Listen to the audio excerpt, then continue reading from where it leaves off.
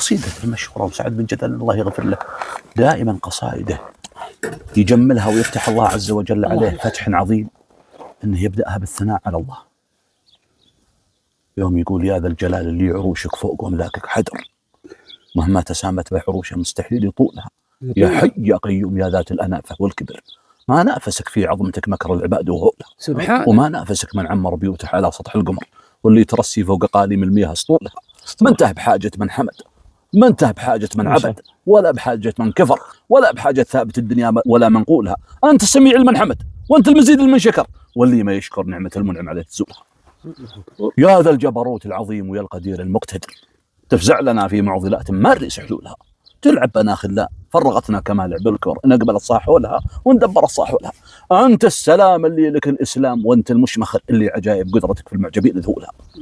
سلام يا محمد رسول الله راعي الوجه الأغر، سلام يا روح ملائكة السماء صلوا لها. سلام يا أبو بكر يا عثمان يا علي وعمر، سلام يا سبع الآفاق اطلع لها وسفولها. سلام يا صدق النوى، سلام يا وسع الصدر، سلام يا مفتاح بيبان الفرج وقفولها. قصيدة طويلة اي والله وعظيمة فيها إجلال وتعظيم، فالله يفتح عليه يوم ويبجل الله.